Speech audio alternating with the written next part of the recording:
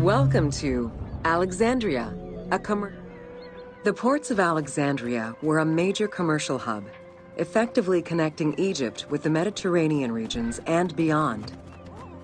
A tremendous amount of materials and goods flowed through the city on a daily basis. The large port market was called the Emporion. It was there that merchandise was traded by the ship owners, called nakliros. Food and other artisan work streamed out of Egypt. Ceramics, glass, golden rings, and minted coinage.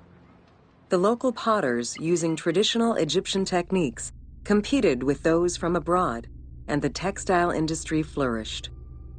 What Egypt did not produce itself was acquired through trade, using local resources such as wheat and papyrus.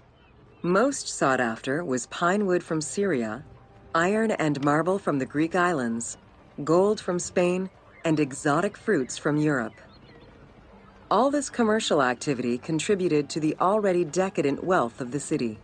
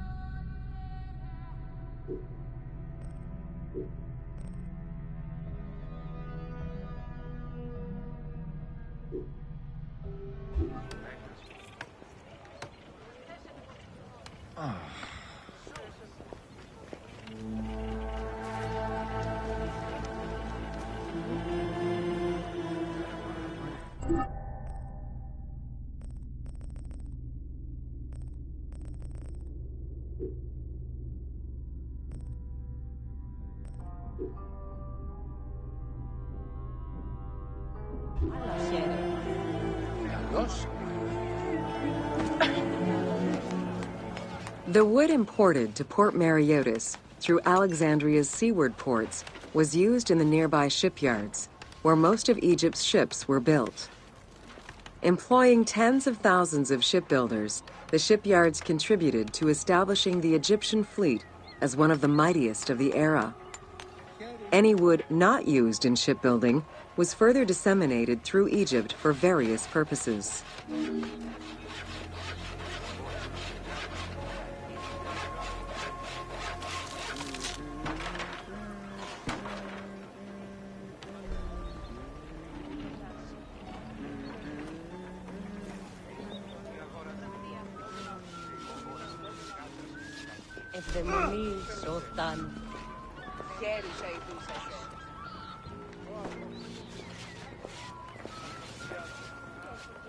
Μάλακε.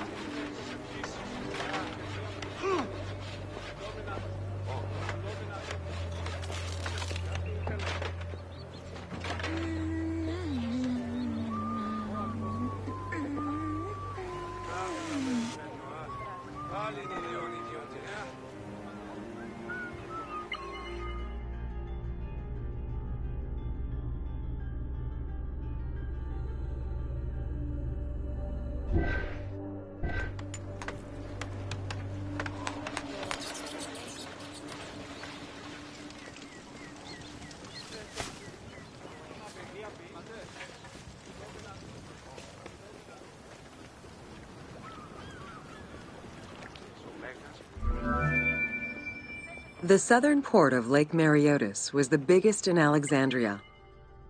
Save for a branch angling westward, the lake's size in the Ptolemaic era was roughly 40 to 50 kilometers from north to south. Its waters were maintained by a steady runoff from the Nile. In addition to the lake, a man-made canal was created to assist in the transfer of goods from the city to the port using barges, though it is not represented in the game due to its size.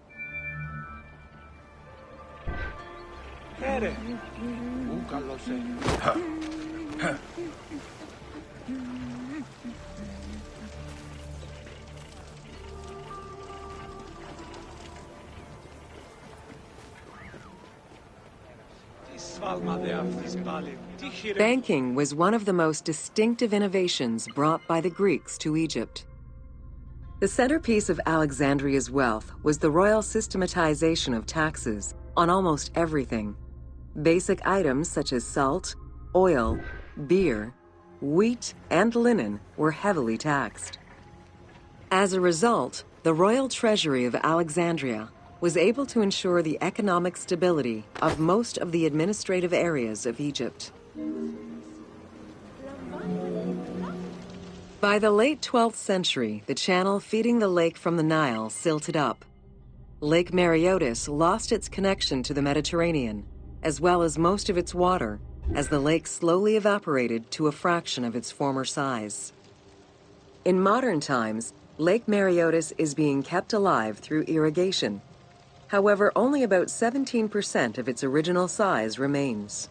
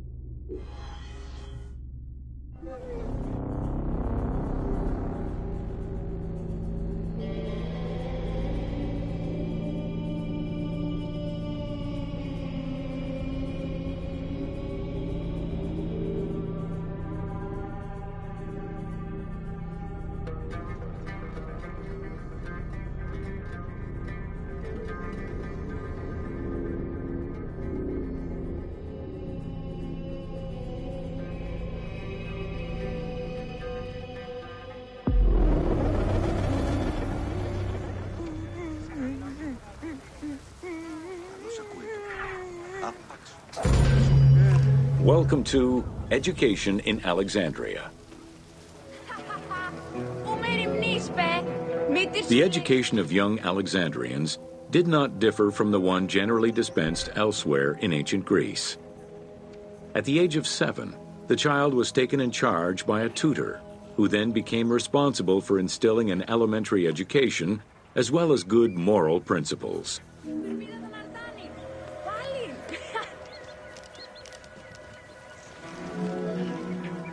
Teaching was generally done outside, in the open air. In the gymnasium, students were taught not only sports, but also topics such as rhetoric, philosophy, music, and poetry. All things deemed essential to one's education at the time.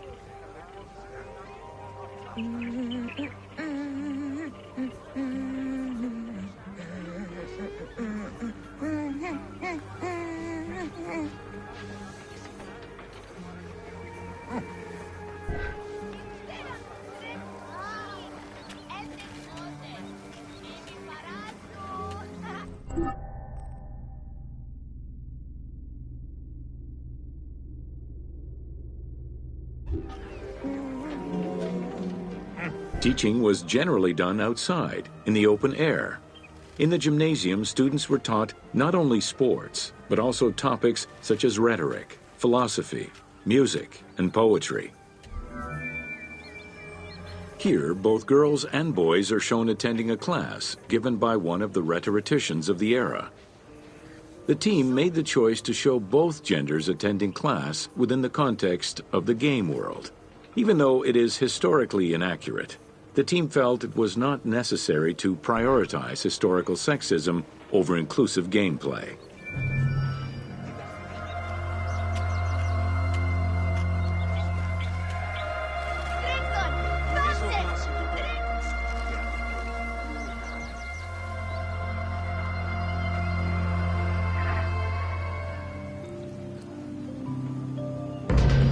Welcome to the Islands of Pharis. The Heptastadion was a bridge-like causeway connecting the island of Pharis to mainland Alexandria. Its name is based on the Greek terms of measurement, hepta, meaning 7, and stadion, which is a measure of length of roughly 180 meters. Since its construction would separate the Grand Port to the east and the port of Eunostos to the west, it was designed with channels at each end. These openings allowed passage from one port to the other.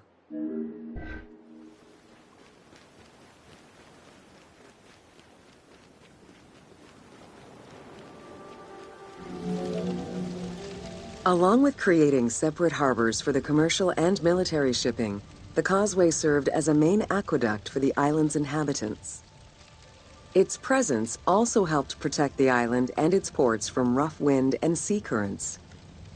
At the end of antiquity, the Heptastadion disappeared under layers of silt and soil, which formed an important sedimentary deposit.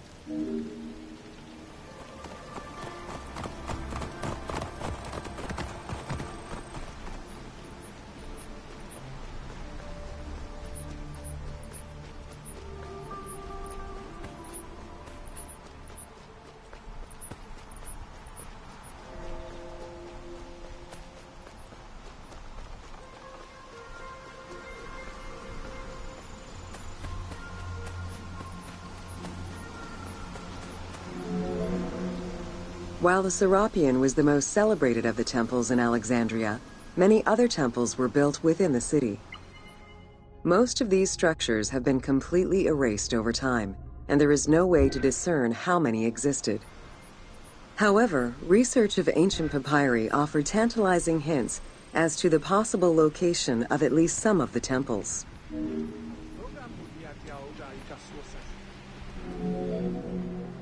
Both papyri and coins reveal evidence of many temples built for the gods. Poseidon, the god of the sea, likely had an edifice in his honor west of this island, as well as on the mainland. This temple next to you is dedicated to Isis Pharia, the divine protector of the lighthouse. This location hosted annual celebrations in the month of April, known as the Sacrum Pharia, in connection to the lighthouse. In her incarnation as Isis Fortuna, the goddess carries a rudder and a cornucopia, both symbols of good luck for navigators.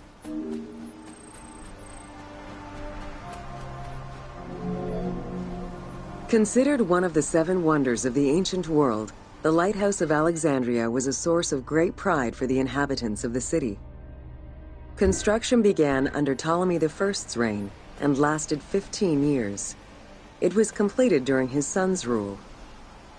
Once completed, the lighthouse was dedicated to the gods for the salvation of those who sail the sea.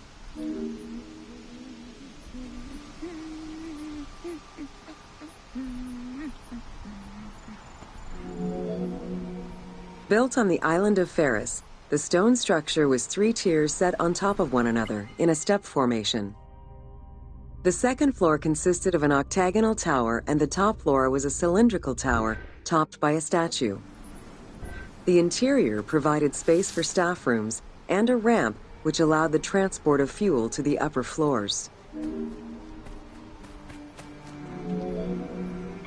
Essential to safe navigation through the rifts and shallow waters, the Pharos was a functioning lighthouse with a beam reportedly visible 50 kilometers away.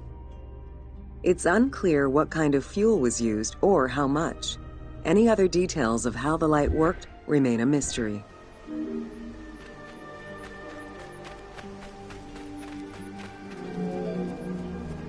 For several centuries, the Pharos was one of the highest monuments ever built by man.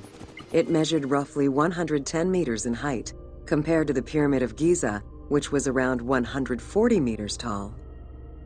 Gradually, the structure was eroded by earthquakes and then completely destroyed in 1480 CE, when a fort was built over it. Archaeological excavations on the seabed have uncovered many blocks from the ancient building.